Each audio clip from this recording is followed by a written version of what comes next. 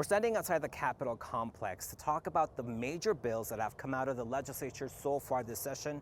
Joining me is state politics reporter Ray Stern. Ray, what can you tell us about the latest bill that you covered about deepfakes? What does that do? It attempts to get at this problem of deepfakes, which is becoming a problem that's growing even like by the day. It seems these videos that are being made are just better and better. There's a real worry that they could hurt our democracy because somebody could make a video that looks like one of our leaders or a campaign candidate saying something or really doing anything. There's two bills actually that just came out. One of them, it would basically create a opportunity for you to go to court and have a judge declare publicly that this is not you in this video. That actually may be something that people really need to get determined. It doesn't require that the judge immediately takes this political message down, and whether this is just content on Twitter or a political ad, there's still a concern that this is free speech, this is politics. If the deepfake actually does include, again, these sexual things or something extremely inappropriate,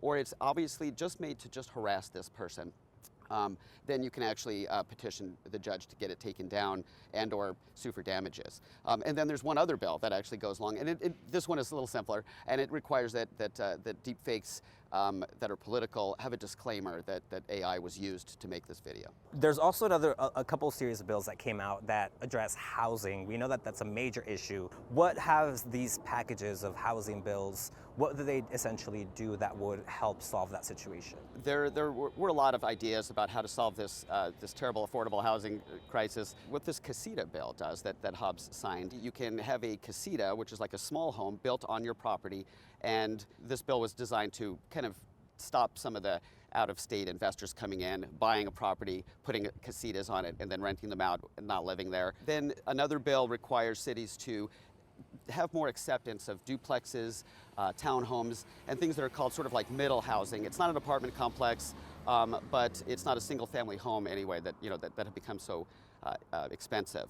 Potential for wildfires, as we know this time of the year, kind of explodes, and there's some additional assistance thanks to a new law that the legislature passed. What does that do? Allow more personnel and resources to come into the state when we have a wildfire. Basically, it's a multi-state program. It also includes Canada, and so it draws on a whole lot of resources that can help us when things really go south here with wildfires. The big story of the week and potentially for a while is going to be the conviction of former President Donald Trump. We also know that Trump has a particular hold of the Republican Party here in Arizona. So what have Republican leaders said so far about this conviction? They're not too happy about it, actually, and they are calling it lawfare, weaponization of the legal system. There's pretty much unanimous support of the president from Republicans. I haven't seen any local lawmakers who are Republican come out against Trump or even sort of doubt, that he's not getting a raw deal in some way. Catch the latest developments out of the legislature and major laws impacting you at azcentral.com or find us on social media.